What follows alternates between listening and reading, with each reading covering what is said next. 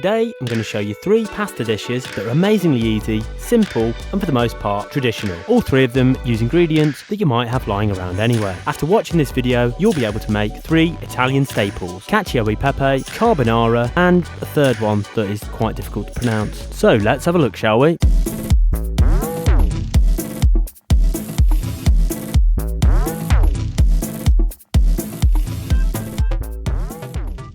So, for all 3 dishes, start by boiling a big pot of salty water, and then we'll kick off with Cacio e Pepe. Cacio is Italian for cheese, but I haven't got a clue who Pepe is. So start off by grating an enormous pile of cheese. We will get to the Pepe part in a moment. I'm using Pecorino, but parmesan is fine. There's no real recipe for this, but you do need a massive pile of cheese. Now you can dunk your pasta. It should take around 8 minutes, which is just enough time to hit the thumbs up button. Then, gently toast loads of black pepper in a dry frying pan. This is the Pepe part. Pepe means pepper. Any pepper would be okay, but pepper is one of just 2 ingredients here, so for the best result, use freshly ground, as it's more punchy and flavourful. It will become more pungent as it's toasting. Of course, be careful not to burn it, because if you do, you'll have to start again. When the noodles are almost cooked, drop a little bit of starchy water into the pan with the pepper. Honestly, this is a real thing, and it is really good. Just bear with me. Add a dribble of water into the cheese and stir that together into a ball of gunk. Don't worry if it is a bit thinner than this. We're just trying to melt the cheese a little bit so it's easier to incorporate.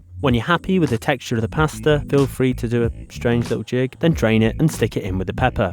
I don't know why I did it like this. I think I thought it might make me look more professional, but it was actually just a faff.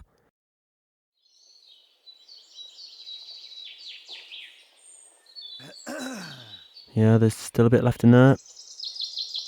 There it is. Oh, no.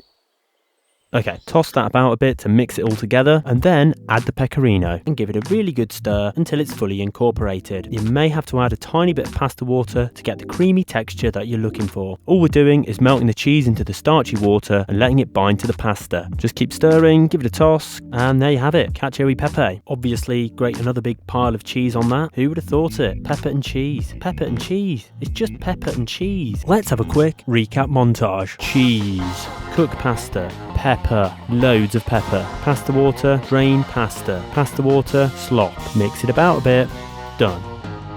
Okay, if you thought that one was simple, wait till you see the next one, Allioiolio. Think I've said that right. Loads of people just call it Allioiolio, and it literally translates to garlic and oil. And this might be the easiest dish in the world that actually has a real name. So obviously we need garlic. Oops, let me just get all of those.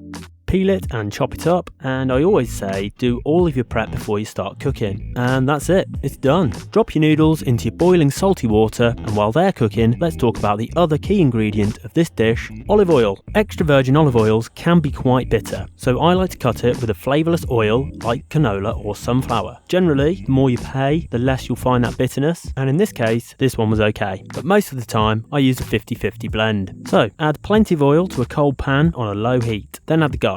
Oh yeah, there is one other ingredient that they left out of the title, chili flakes. So I suppose it should be called Allioiolio chili flakes. We need to cook it gently so the oil infuses without burning the garlic. Cook it until it's golden brown, by which point the pasta should be about ready. As always, reserve a bit of that starchy water, then drain it, yes that's much quicker, and toss it in the garlicky oil. Use a bit of the water to help you get a nice glaze. Season it with salt and a little squeeze of lemon juice. You can add chopped parsley if you want to be really fancy. And there it is. Let's have another recap montage. Garlic, pasta, cold pan, oil, garlic, chili flakes, gentle toasting, pasta, toss it about a bit, season, done. Now for the final pasta, and this one is the most commonly bastardised. Can I say bastardised on YouTube? Adulterated. Not really much better. Well, it's probably the most famous.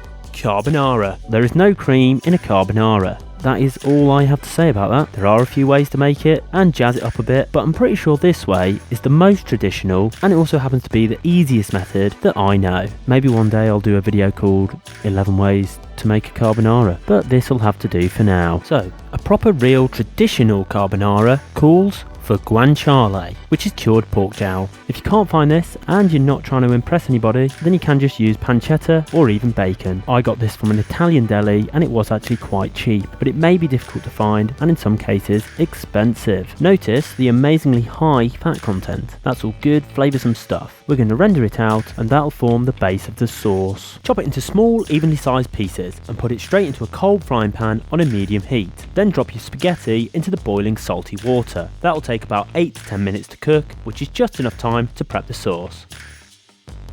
Crack 2 whole eggs into a bowl and add an enormous pile of parmesan or pecorino. I like to use a bit of both. Stir that together with a bit of black pepper to make a rather appetising slurry. Just mix it together until it's all combined and looks a bit like this. And that's it, we're almost done. Cook your chosen cured pork product until it's crispy. You may want to strain off some of the fat, but I don't bother as this makes up a lot of the flavour of the dish. When your pasta's almost cooked, reserve some of the starchy water and strain it. You'll be able to tell if it's ready if you just eat a bit. Toss it with your rendered guanciale or bacon, turn the heat off and stir in that gunk of cheesy eggs. Stir vigorously, allowing the eggs to gently cook in the residual heat of the pasta. You may need to add some of the starchy pasta water to get that creamy consistency. Taste it, but you probably won't need to season it, as the guanciale, cheese and pasta are already salty. Perhaps a little lemon juice to balance out the richness, but as it doesn't have any cream, it shouldn't be too rich.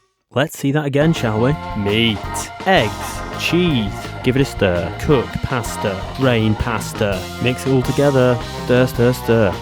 Done. In fact, this whole video is done.